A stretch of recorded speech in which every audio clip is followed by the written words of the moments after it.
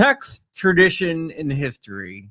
We have all heard that when it comes to Bruen text, tradition, and history.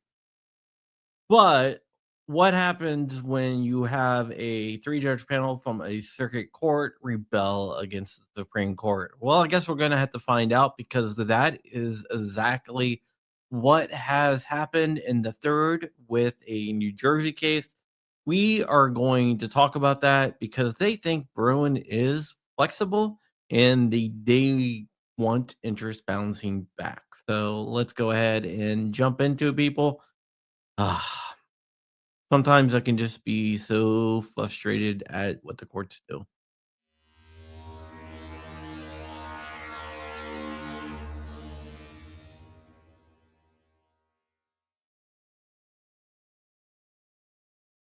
Hey everyone, welcome back to the channel. My name is John Crump, and this is John Crump News, where we talk about Second Amendment issues a lot, almost every day, maybe 3, 4, 5 times a week, but whatever. Thank you, Jeff, there. Okay, let's go ahead and talk about what is going on. I am going to show you the document and we're going to get into this. The document is kind of quite long. It is 237 pages long, I believe. And let's see here.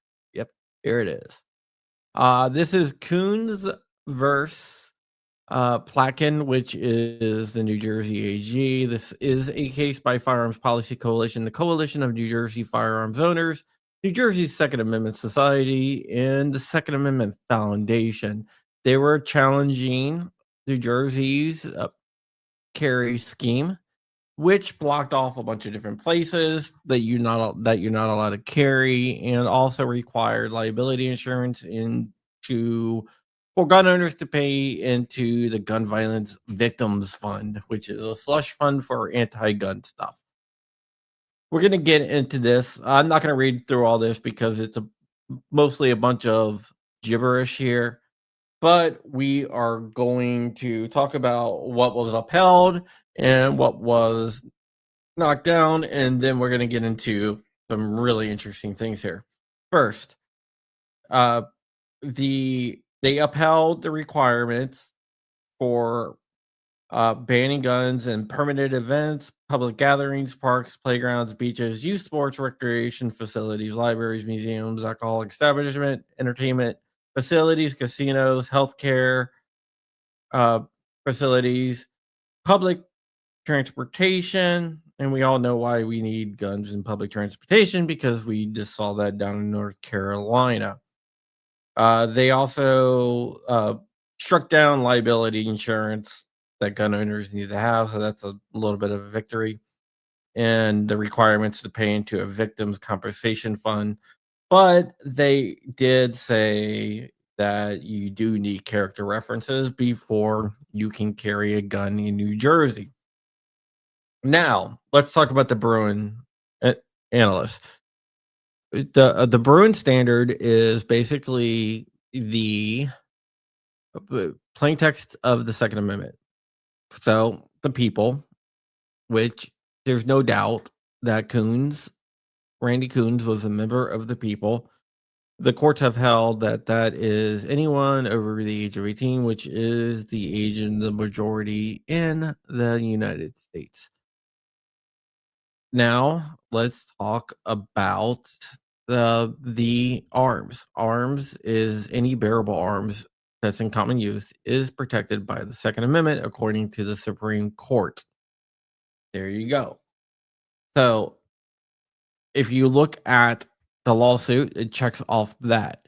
Now the burden is supposed to fall to the government to provide historical analogs to prove that a law is consistent with the traditions and history of the nation's firearms regulations. I got my notes here. That's why I keep on looking at my phones. And that is something that they could not do in this case. So it should be open and shut. They cannot provide historical analogs for their law, so it should be knocked down. But the Democrat appoint judges, because all 3 judges on the panel were Democrats, disagreed. They took the position that the state does not have to give analogs, and that even if there's no analogs from the founding era, that's okay as long as it doesn't go against any laws from the founding era.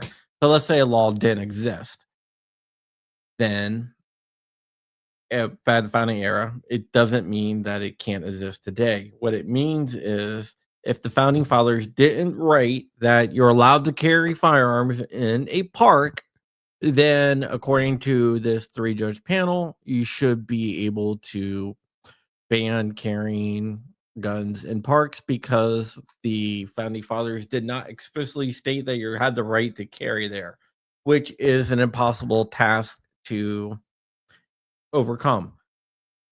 One of the interesting things that they said is that Bruen is flexible.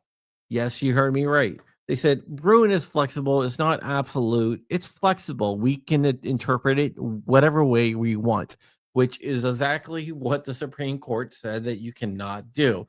It said the Second Amendment is not a second class right. It has to be consistent with the text, tradition, and history of the Second Amendment. Also, the Third Circuit said that they're going to use interest balancing, which is very interesting, um, because they even said that they want to work to achieve the balance of interest, which is interest balancing. You remember in Bruen, they got rid of interest balancing. There is no interest balancing, but the Third Circuit said that there should be, and they are going to use interest balancing, even though the Supreme Court said that they did not have the right to use interest balancing. Let me read you this quote. It is ironic that we, who are neither elected officials nor historians, may not consider that balancing, but only to the extent to which it resembles the balancing of legislatures from bygone eras. So the Third Circuit decided to use interest balancing, even though that's not a thing anymore.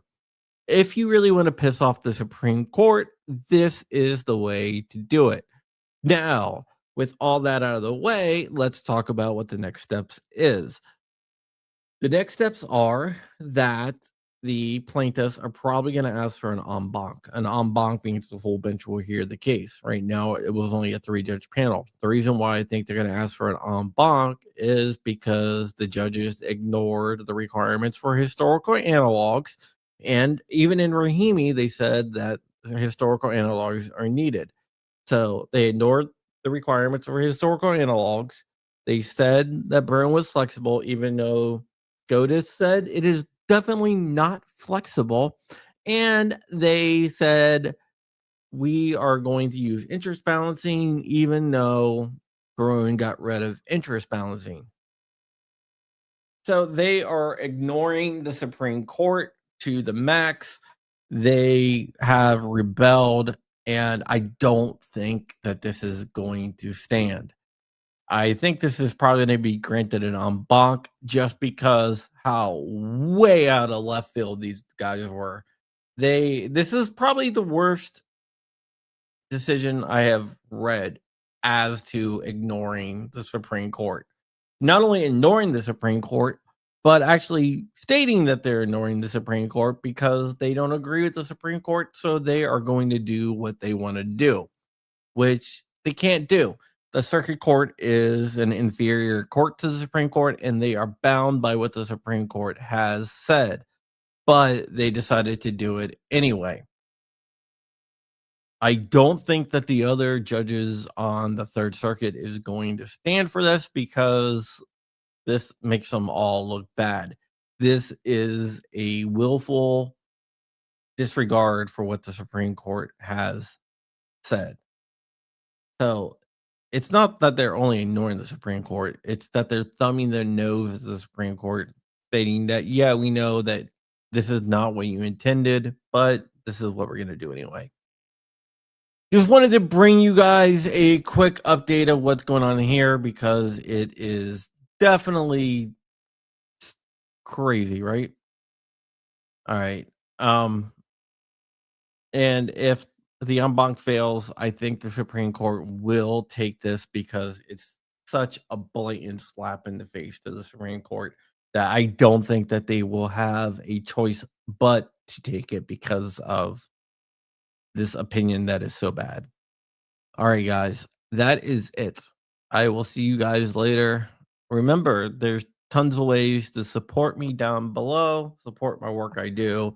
You can do that down below. I have a Patreon, locals, all that other good stuff.